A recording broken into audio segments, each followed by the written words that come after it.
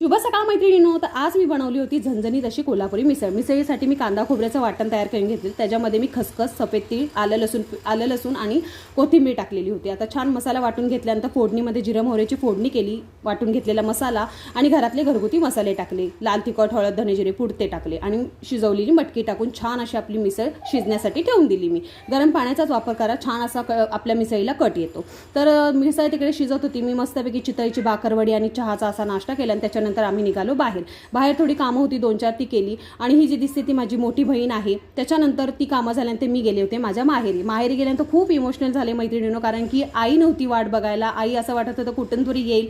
आणि नंतर मग इकडे आमच्या म्हणजे बाजूलाच आत्या राहते माझी मानलेली, तर तिकडे गेलो. तिला बघितल्यानंतर खूप इमोशनल झाले. आईची एकदमच आठवण इतकी आली की समोर तिला बघितल्यानंतर आईलाच बघितल्यासारखं वाटलं.